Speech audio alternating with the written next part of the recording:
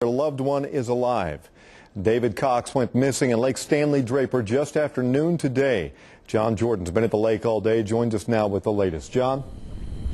Well, Kelly, as evident by the road closed signs behind me, the search to find 29-year-old David Michael Cox has ended, a search that went on for a grueling 8 hours. And as divers skimmed the water searching for his body, family was left on the shore anxiously waiting.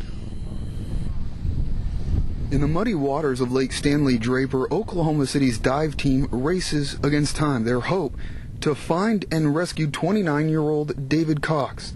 A hope that quickly fades as seconds turn to minutes and minutes to hours. It was a long swim across there. I'm sure that he was exhausted and, even in 8 feet of water once you go under.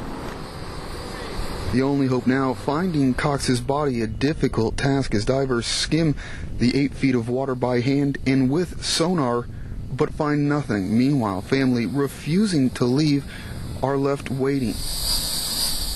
And as daylight turns to dusk, the fear of not finding their loved one grows.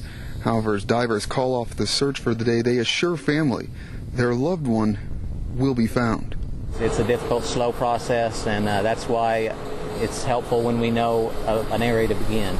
But then we deal with the currents and the wind, so it's just a slow process, very slow, methodical process. And as for why Cox was in the water in the first place, we're told by fire officials he tried to swim across a cove about 300 yards in length, so about 3 football fields wide, got about halfway. That's when he realized he couldn't get across, tried swimming back, and eventually went under. And to make the situation worse, Kelly, we're told his 2 sons, both under the age of 10, were sitting on the shore watching this whole thing unfold. Back to you. Really heartbreaking. All right, John. And we know the dive team will be back in the water first thing in the morning to continue their search.